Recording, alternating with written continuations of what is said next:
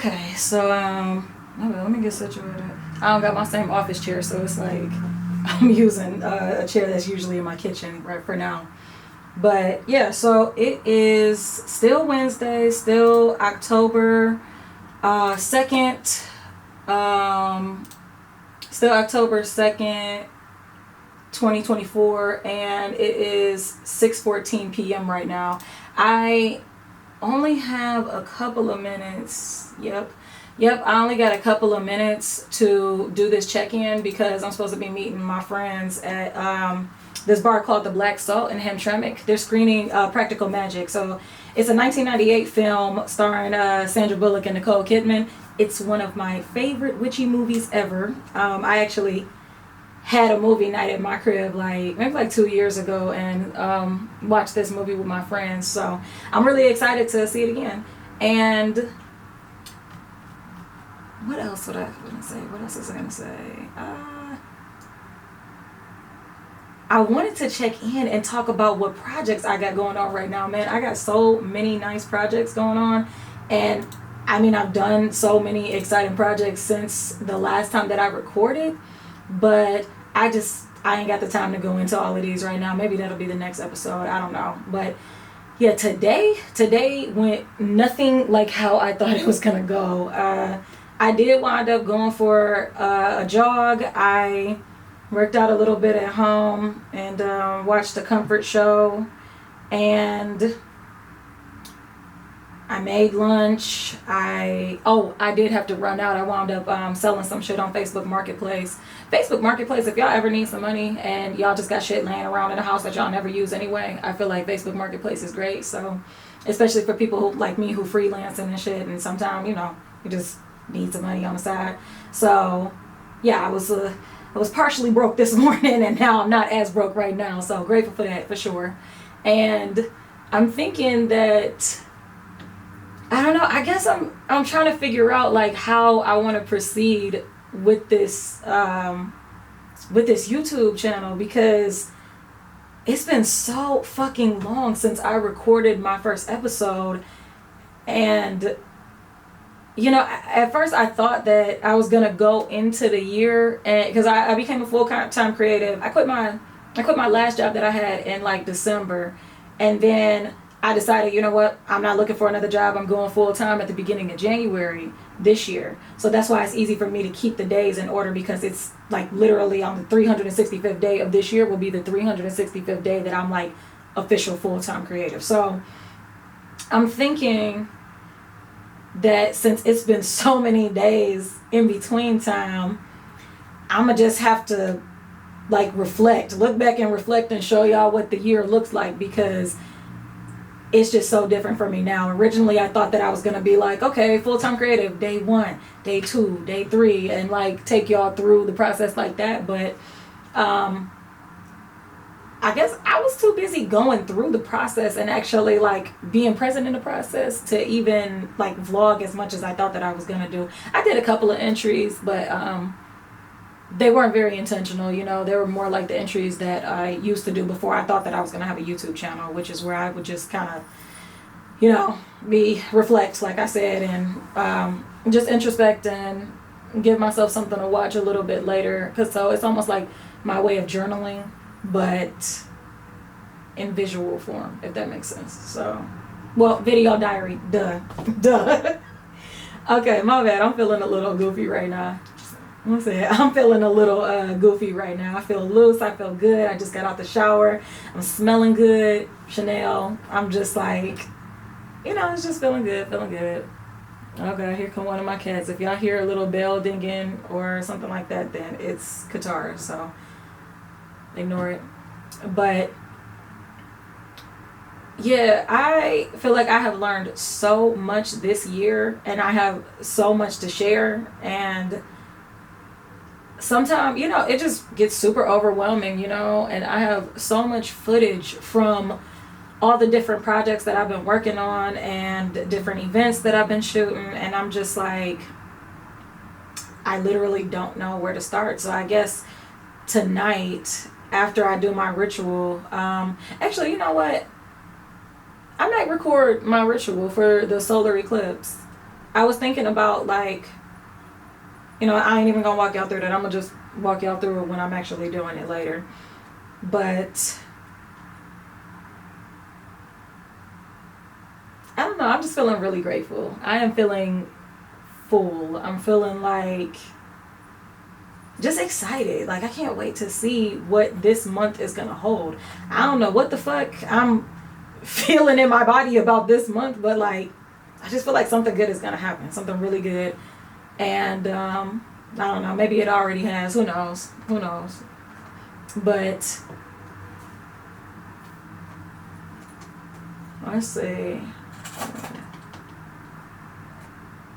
Oh, you know what? One thing I do want to talk about is Mercury. So I don't know if I talked about that in my last vlog. I probably didn't. I don't even know if I was working on it as heavily back then, but I've been working on Mercury both consciously and subconsciously for about, let's see, I graduated from Specs Howard in 2019.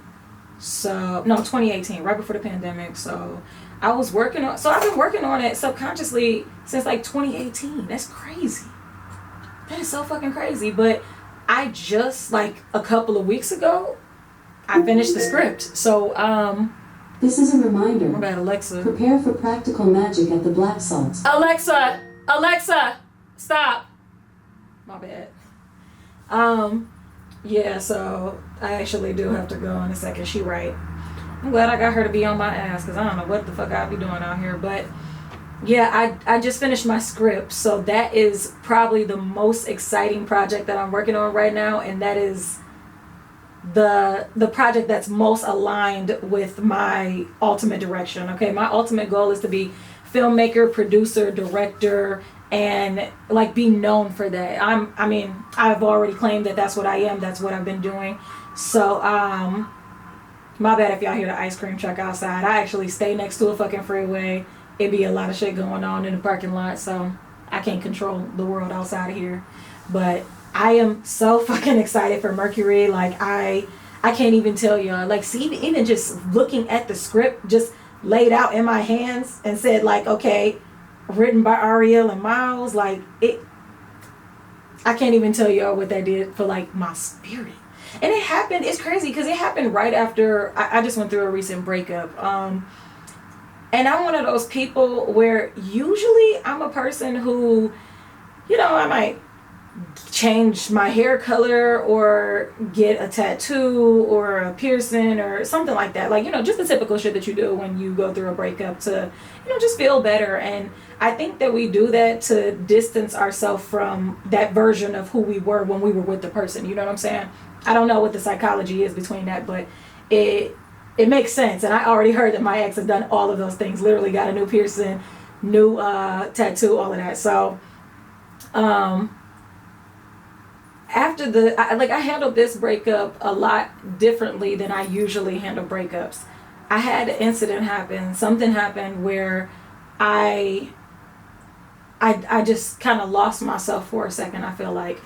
And I wasn't entirely sure what was going on. And once I found out, once I processed and realized what was going on and put the pieces of the puzzle together, I realized that even though I didn't want the breakup to happen the way that it did, I know for a fact that it was supposed to happen. I know that it was meant to happen, and I know that I was supposed to move forward in this way, because instead of getting a tattoo, instead of getting a piercing, instead of changing my hair at all, I started writing my script. I literally finished my script like it couldn't have even been 2 days after the breakup. So I think that that's really interesting, the way that I've been just moving different in that. But yeah, I want my next relationship to be different. Of course, I feel like everybody goes through a breakup and wants their relationships to be different, but this has not only been making me think about what I want romantically, but and maybe it's the solar eclipse, because I know the solar eclipse is supposed to be about like partnership, community, and things like that, like what type of connections that you have. But it's really been making me think about what I want my relationships to look like just as a whole. You know what I'm saying? Like platonic, romantic, family wise, You know, I've just been thinking about that a lot, and I feel like I'm meant to have a shift, which is cool because that's the whole purpose of a new moon and eclipse, is to call in new things into your life. And I feel like what I really want to call into my life requires me to move in a different sort of way. You know, I thought I was moving well, and I mean, I was moving well for what I knew at the time, but I'm trying to move differently. And that goes for business too. I you know, this year I thought that by this time, by day 275, like if you would have asked me on like day 30, day 50, day 100, I would have thought that by now I would be making a lot more money. I thought that I would be doing not better projects, because I love the projects that I'm working on. I just thought that I would be working on projects on a bigger scale, but I'm not. So it's been kind of weird. Like I just have to, you know, I've just been having to be really adaptable this year, like very fucking adaptable. And I already thought that I was, but nah, baby, I gotta be even more adaptable than I have ever been in my life. And yeah, I just gotta flow with it, what is working. One thing I actually had just tweeted yesterday was to pay attention to your process and pay attention to what works. And part of my process is absolutely reflecting, doing the lessons learned. For every single project, I actually have a project board. So this is like when I huddle up with team members that I have to contract in, this is the checklist that I go through. So these are like all my open cases, my ongoing cases, my standby cases for people who paid for like unlimited rescheduling with me and whatnot. But I also have a project board for this year, and I have like every month. So January, February, March, April, May.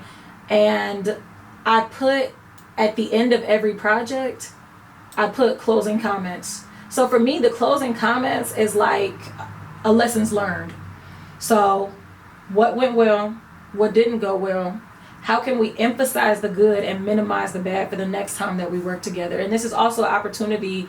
When I do follow-ups, I do lessons learned with my clients, and it's also an opportunity for them to be open and honest and transparent with me about what I could have done better to make the experience the best that it possibly could be for the client.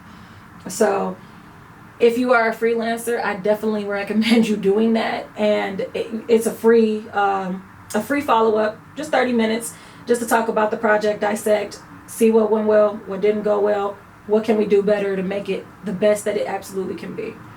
And I think that you'll find that that is actually really fucking helpful, even from like the smallest things, whether they talk about, you know, how you accepted payment, or your energy on the set, or something tangible like, oh, I would have liked it if I got more retouches, or more a longer duration time for a video or something like that. You know what I'm saying? It's good to listen to your clients and hear what they have to say. But yeah, I mean, it's almost time for me to get the fuck up out of here. So actually, I'm gonna shut this down. And I think the movie is about maybe like 2 hours long. So when I come back, I'm gonna decompress, chill out, and then I may or may not record my ritual. Just because, like, I've recorded it before, but not with the intent of really putting it out. Like, I never was sure if I was going to share something like that. But I don't know. You know what? Fuck it. I did say that I was going to start being a vlogger for real and taking it more seriously. So I guess that... Oh, hold on, wait. Let me shut down this screen. Yeah, I guess that I will. Shit. Might as well. But... Come on, what am I doing? Okay, here we go. But yeah, I guess, I don't know. I guess I don't have anything else to say for now. So yeah, I'll tap in later.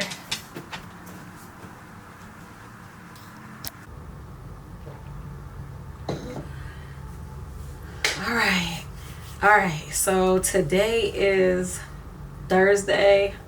October 3rd, 2024, and it is 10:28 a.m. I'm feeling so fucking good. I was gonna vlog last night, and I'm gonna try to keep this one brief because I never intended on this vlog in particular being like a 3-part saga, but here we are. So I went to the Black Salt last night with my friends, and it was a nice bar. It was a nice cozy bar. It was really intimate, dimly lit, and it was given, like, with the furniture and everything, it was given like cozy Harry Potter, Gryffindor common rooms kind of vibes. So it was nice. It was nice. And they had a section of cocktails that were dedicated to spells. I think they called them spell cocktails, but one of them was called In the Flesh. It just seemed so aligned, so it seemed like that was the one that I had to buy for sure. And it came with this spell, so I don't know if the camera will actually focus in on it, but each spell cocktail comes with these spells, and they're labeled on the side. And what the In the Flesh cocktail spell was, it was a spell for sexy energy, and it was a sexy energy raising spell to stimulate sensual experiences, which I feel like, who doesn't want that, you know? And they had other ones too. They had like a not so tight cocktail, but spelled like a tying a knot. And that was a banishing or binding cord tying spell. So each one, they come with different things in them. So mine, I opened it up last night, but I wasn't able to do the spell. Tayler said that her spell was one that you like do in your cocktail. So you like stir it around in your cocktail, but mine was not that kind of spell.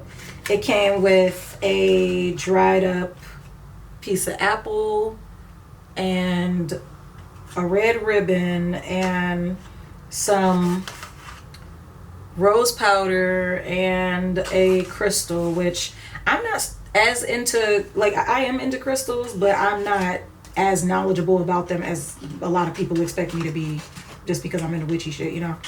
But basically they said that, you know, saliva has been used a lot in spells, and they wanted me to spit on the apple and put the crystal inside the center of the apple, and then wrap the spit and the crystal in the apple and tie it with the red ribbon, and then put that under my bed, which it sounds gross, I get it, but if you into the witchy shit, you know you be doing some gross shit. So I'm gonna do it, but I'm gonna put it in like a jar or a plastic bag or something. I don't feel comfortable just having that shit just sitting under my bed like that. So yeah, we'll see what happens. I told myself I was gonna be really intentional about who I let in my bed and who I even let in my space more. So yeah, another one of the cocktails was called Abundance. So that was the one that I was leaning towards. Tayler said that that's the one that she got, and given what the new moon energy was given, I thought that maybe I should get that cocktail, but In the Flesh was calling me a little bit more, and it was too aligned for me to ignore. But the Abundance cocktail was, of course, about manifesting money and material things, and they had one that was called, I think it was called Heart Eyes by Sunrise, which was something to induce warm, like, loving intentions into any relationship or situation. And yeah, like I said, the cocktails was really good. Tayler said that hers was good. Our other two friends, they said that theirs was good, so it was nice. They did say that they was gonna have some popcorn and some ramen, and we did not see ramen anywhere. I saw people with like these little things of popcorn, but we hadn't eaten, and we was looking for that damn ramen. So yeah, that was the only disappointment. But outside of that, really, really cool. And we didn't wind up staying for the movie because the movie was it was so loud in the bar, which of course is still a bar, but I kind of thought that they were gonna like shut down the bar exclusively for the movie, and because they didn't, it was just too loud. It was too loud, so it wasn't worth it when we was a little bit tired and shit. So we just went, we chilled, we cheers, we caught up a bit and hung with each other, and then we went home. And when I went home, I wound up doing my ritual last night. And like I said, I was gonna vlog about it, but after the ritual, I just felt tired. I felt like my energy was just too depleted. I wasn't gonna be able to vlog to the best of my ability. So I just said, fuck it, I ain't do it. But yeah, I did my ritual. I don't have an altar, so I make do with what I have. And one of the things that works best for me is this black glass table that I have in my living room. Some of the things that I use in my ritual, or what I used last night anyway, was a white candle. I had some matches. For some reason, I don't like using lighters, but especially for ritualistic purposes, because I feel like matches are just more intimate, and I feel like it's closer to what our ancestors used, because I know they wasn't using lighters.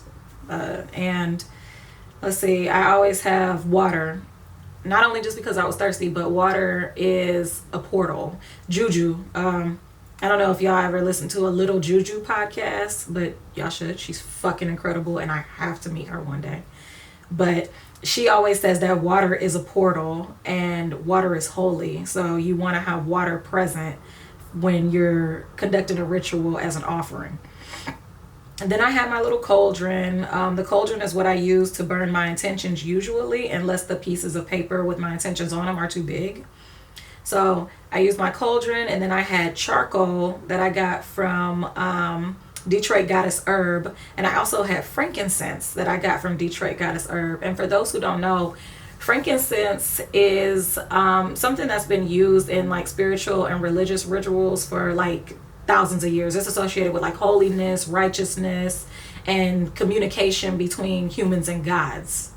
So it's really good for calling in money. It's really good for expelling negative energy, and it's something that I use as like a reset. So I took the frankincense, I burned it, and I walked around each room in my apartment and let the frankincense smoke around the room and create like a kind of a haze in the space. And then once I was done with that, I opened up all the windows, because that's like, I guess in ritualistic purposes, that's a way for you to expel the energy that needs to be removed, opening the windows. But also, that shit is smoky as fuck. If y'all have ever burned frankincense, y'all know it's impossible for you to burn frankincense and stay in the room just like closed up, not opening the window, not having on a fan or no type of ventilation, because that shit is strong. It's strong. And so I had the frankincense. I had rose petals just for the purpose of having something that I associate with good feelings and with good luck and with pleasure. And then I had some sage that I actually got from Tayler the day before, but something in me just told me not to burn the sage last night. And I think it's because I was thinking of a little Juju, and Juju always says that our ancestors don't like sage. For whatever reason, I forgot what she said the reason is, but they actually don't like sage. So I don't know if maybe that's why I intuitively got the feeling not to burn it, but for whatever reason, I didn't burn it. And then I had my highlighter, I had my journal, and I had my red marker, which I use a red marker to write my intentions, especially during like eclipses and moons that are super special, because in my mind, like, the red marker represents blood. And since I don't do blood magic, I don't do blood magic, so that's a way for me to represent my blood in the offering. And the first thing that I did, and I had my intentions from the full moon in Leo, which happened on August 3rd this year. And for whatever reason, I never did a ritual. I didn't actually burn those intentions. But when I read it, the intentions were still very applicable to what I was going through today, or what I would like to call in. And I'll read a little bit of it. I'm not going to read the whole thing just because it was very personal. But it said, "I will show discipline as the ultimate act of self-love. I will set myself free and maintain my lovely freedom. I've worked so hard and now I deserve to reap the benefits of being true to myself. I want to treat my friends and family. I want to shop. I want to flaunt a bit. I want to travel. I want to eat. I want to eat good and healthy. And I want to live. I really want to live. And I want to be a provider without stressing myself out about it. I will be making money effortlessly.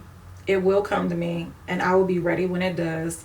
Material things aside, I want to call in an unwavering confidence in myself. I want to unlock and boldly express my inner knowledge that I am incredible and incredibly powerful and capable of obtaining everything that I desire. And so it is. So that was my old intention from the full moon in Leo. And what I did was just combined it with the new intentions. I'm not going to be sharing the new intentions because it was very personal. And a part of me just feels like that was just between me and the universe, honestly. But I mixed those two intentions together, which I've never done before, but it just felt fitting because it's a solar eclipse. This was a very special solar eclipse. It was said that this solar eclipse was supposed to have like an explosive energy. So I just wanted to do something different, I guess. So once I finished burning the frankincense and took it around the whole apartment and just kind of just opened up the space, the next thing that I did was pull out my journal and I turned to the notes that I had took from the YouTube video that I watched by Jessica, who owns Bahati Life. So what I did was I highlighted the parts in the journal that really stood out to me. And this is something that I do sometime because I just feel like there's certain parts in a message or there's certain parts in a reading that I feel like were specifically intended for me to not only get in that moment, but to have for later on. Like I feel like these are messages that I will look back one day and be like, oh, aha, like it'll be like a aha moment or like a certain burst of realization that, oh, I was actually meant to hear that at that time. So I highlight those parts, and then what I do is I get more specific and I take the red marker and underline the things that were really like that I feel like, okay, no, this is something that I need to soak in during this ritual. This is something that I really need to focus on and put my energy into. And a couple of those things was, let's see, she said, this is a wonderful time to trigger the universe to bring love, abundance, emotional fulfillment, passion, and purpose. This is a new chapter, your legacy. I also underlined achieving tangible results, which is definitely what I was asking for in my intentions for the full moon in Leo. So that seemed aligned. And then let's see, areas that you can remove yourself from or add yourself to so that the overall quality of your life and your experiences reflects your intentions. Definitely.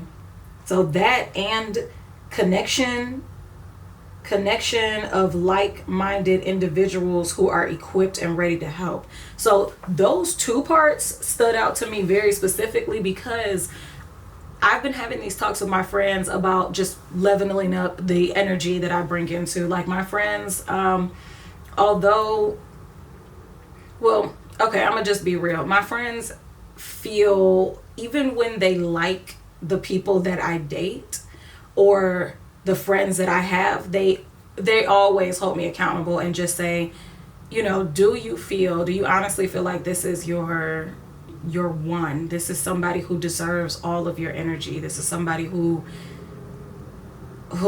can reciprocate what you have to offer. And again, it's been coming up with lovers and with friends. So I've just been hearing that from them a lot, and it's, you know, it's like you open a door and then all of a sudden you hearing it everywhere. You know what I'm saying?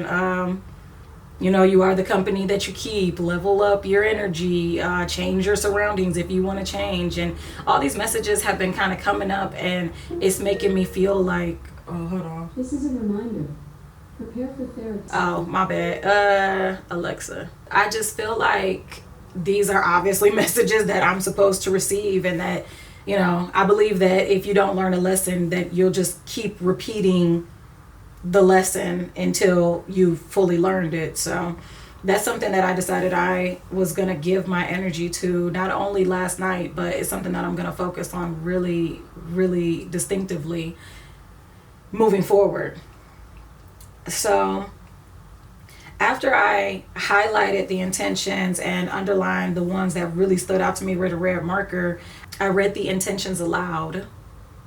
And then this is just something that I like to do personally. I don't know what this has to do. I don't know if this has any actual spiritual symbolism, but I crush the paper with my intentions on it. And I close my eyes, I breathe deeply, and I visualize myself having the things that I asked for.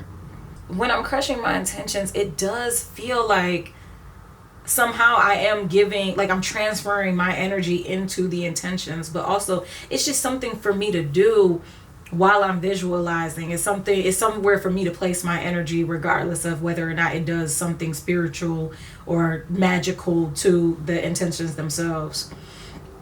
So I visualize myself having these things. I visualize myself having like this unwavering confidence in myself. And that doesn't look super cocky. It doesn't look like, oh, I never have any insecurities, because like, come on, we all have insecurities. You know what I'm saying? We all have things to be insecure about. But it just looks more like, okay, me standing in my power, me not allowing people to misuse or misdirect me, because I am just that confident in my purpose and what I'm supposed to be doing in this life, which is inspiring artists. After I crushed them, I did my favorite part of the ritual, which is burning the intentions. For some reason, I love burning intentions. I love striking the match. I love watching the paper curdle, and it's just something that feels like a very powerful action for me. It feels like, okay, the universe is somehow receiving these intentions from it being burned. It feels very, like, I think that that's the most magical part of the ritual to me. After I burn my intentions, I'll usually pull a tarot card from a specific deck. And I haven't touched my Hoodoo tarot deck in forever, but for some reason I felt led to use that. And I think it's because, you know, I was when I was listening to Jessica and Bahati Live, she said how important it is to give your ancestors the opportunity to show up for you. And it made me think of a little Juju podcast, because her first episode is called, I think it's called Ancestors First.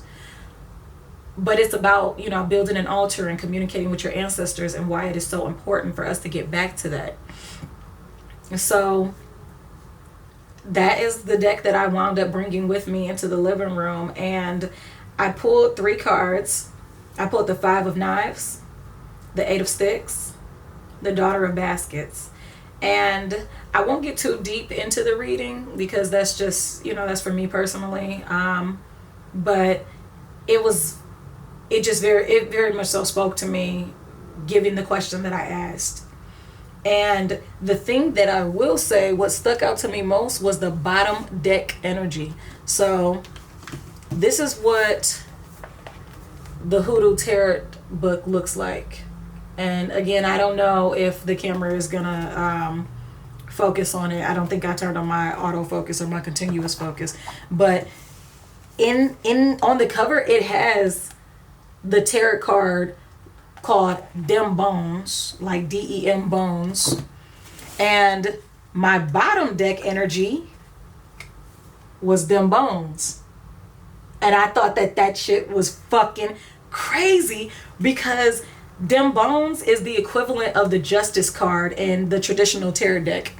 And Justice is, I mean, this is it's the new moon in Libra, like balancing the scales. It's all about justice. And you know, this is the year of exposure, and this is why like these celebrities are falling off and getting exposed for who they are, because justice, like this solar eclipse is the universe is just shifting and taking out what needs to be taken out, and providing what needs to be provided in order to balance the scales of the universe, you know. So I just thought that that was wild, because I've only pulled that card like one other time, and this was a long time ago. This was years ago.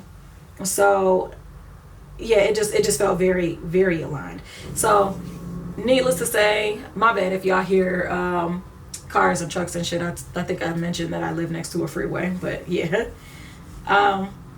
Yeah, my ritual was so relaxing, and I felt so good about it, and I felt, you know, proud of myself for being so intentional about it when I haven't done a ritual to that extent in a long ass time.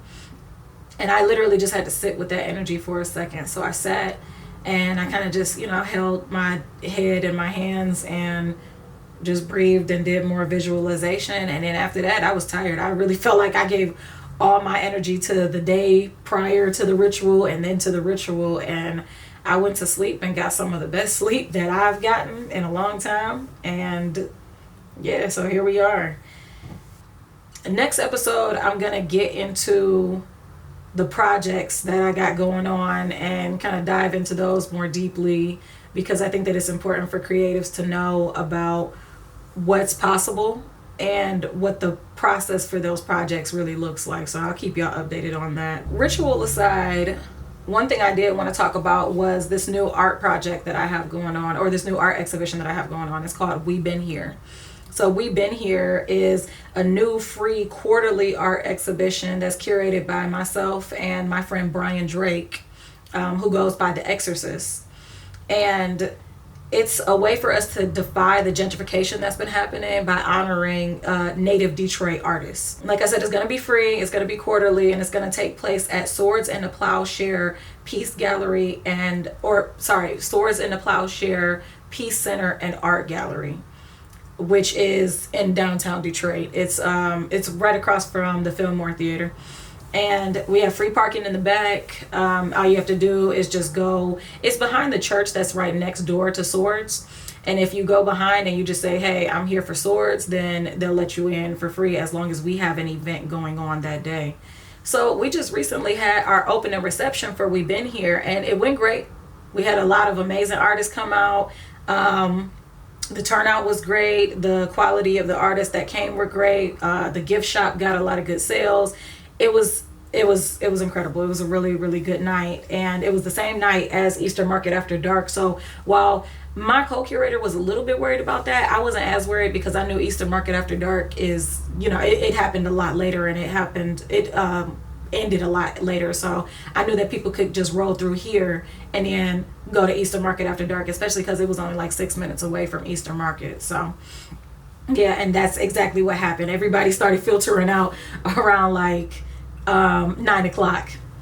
And me and Brian were gonna be facilitating the artist talk next week, following up on the opening reception. But unfortunately, I just found out yesterday, well, fortunately and unfortunately, I just found out yesterday that the Rathaus Grant happy hour is going to be happening on the same day as the artist talk for We've Been Here. So it's going to be Thursday, August 10th. And the happy hour for Rathaus is going to be from 5:30 p.m. to 8 p.m. And the artist talk is supposed to be from 7 to 9 p.m. Fuck, I totally forgot that my camera only records up to 30 minutes at a time, and I wasn't paying attention. So I definitely got cut off, and I was just sitting here talking, but I was almost done anyway. So I think the last thing that I was talking about was the Rathaus Grant. And for those who don't know, the Rathaus Grant is for filmmakers, and it's $10,000. It's a $10,000 grant for a project. And I forgot if you have to be from Detroit, but I feel like you do have to be residing in Detroit to do it. I just know that I fit all the eligibility requirements.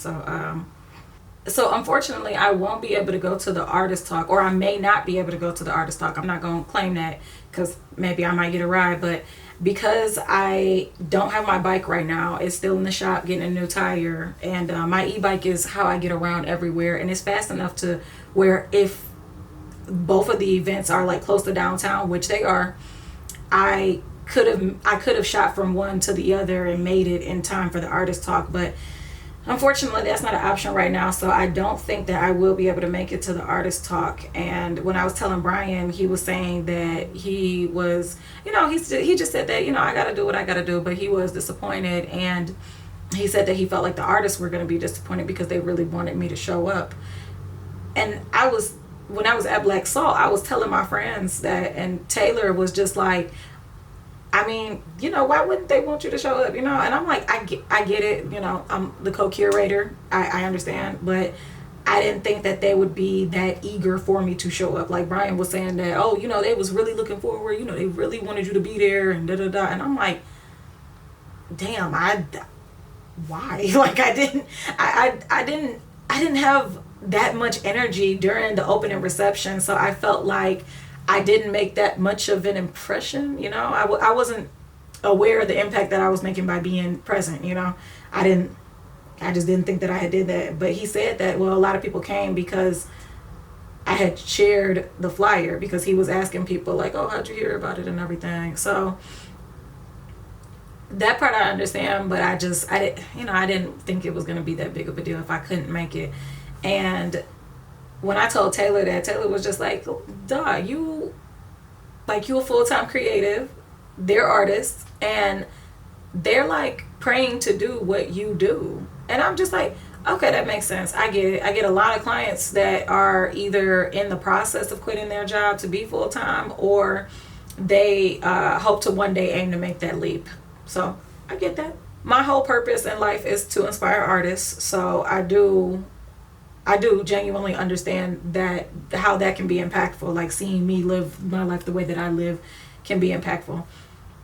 But I was still shocked when he said that, and Tayler was just like, damn, I guess, she said that, I guess you just don't see yourself as we see you, And I was just like, well, damn, when you say it like that, shit, like, it sounds kind of sad. But it's crazy because that concept of just not seeing myself in the best possible light has been coming up a lot. It's been coming up in therapy. It's come up with my friends and the people who know me best. So I just feel like that's something that's a message that I'm obviously supposed to receive, And I told her it's kind of hard to see myself as like on this kind of like pedestal, you know what I'm saying? Because of course I know myself better than anybody, and I know how flawed I am. And I mean, not like we're all flawed, but like I don't know. I don't know. I just don't like to place myself that way. And she said that it's not about seeing yourself on a pedestal. It's about seeing yourself as you are. And I was just like, okay. Okay. That stuck with me. I feel like that's something that I want to focus on moving forward really deeply. Just focus on seeing myself as I am and seeing the impact that I could have, because it's just so contradictory. Like I say I want to inspire artists, and then I do and get shocked that you become like a symbol of inspiration for them or a source of inspiration for them. So yeah, I'm gonna try to stop being shocked by my impact. And I think that all the other creatives who are out there listening right now, you don't need to be shocked by your impact either. I think that once we claim what we want our impact to be and we put our energy into the things that make that happen, I think that we should be very much so expectant to make an impact, because what the fuck else would we expect, I guess, So yeah, I'm gonna just end on that note. See yourself as you are. And also, I'm gonna link Tayler to, I know I've mentioned her a couple of times, and for those who don't know, that's my best friend. And she does Reiki, she does tarot readings. She is the person who does all of my tarot readings when I don't do them myself. I think I've only got read by like 2 other people, and although they were good readings as well, Tayler is just so fucking intuitive when it comes to her craft. Like, I always leave with a sense of clarity that I didn't have prior to the reading. And I think that that's, of course, very important. And I've seen her do it even with people who she doesn't know as well as she knows me. So, yeah, I'm going to link her in the bottom of, in this caption. And also, I just realized that I didn't introduce myself or like reintroduce myself. So, and I honestly don't feel like it. It's about time for me to, oh, it's 11:11. Okay. Okay, my bad. Yeah, you know what? That seems aligned. Nah, I'm not going to introduce myself. Just fuck it. Because honestly, I really don't feel like it. I feel like it's hard enough for me to put this shit out there sometime. And just the reintroducing myself feels a little too salesy right now, you know? So, yeah, I'm going to take the rest of the day and order my prints for the monster submission, edit this video from Serotonin Sound Waves Volume 1, which I will get into in my next episode when I go through all my projects. That's a really dope one that I want to talk about. And aside from that, I think I'm going to take it easy. I'm going to chill. I may or may not work out tonight or today. It just depends. I know for sure, first thing I'm about to do is eat. So, yeah, I'll tap in with y'all later.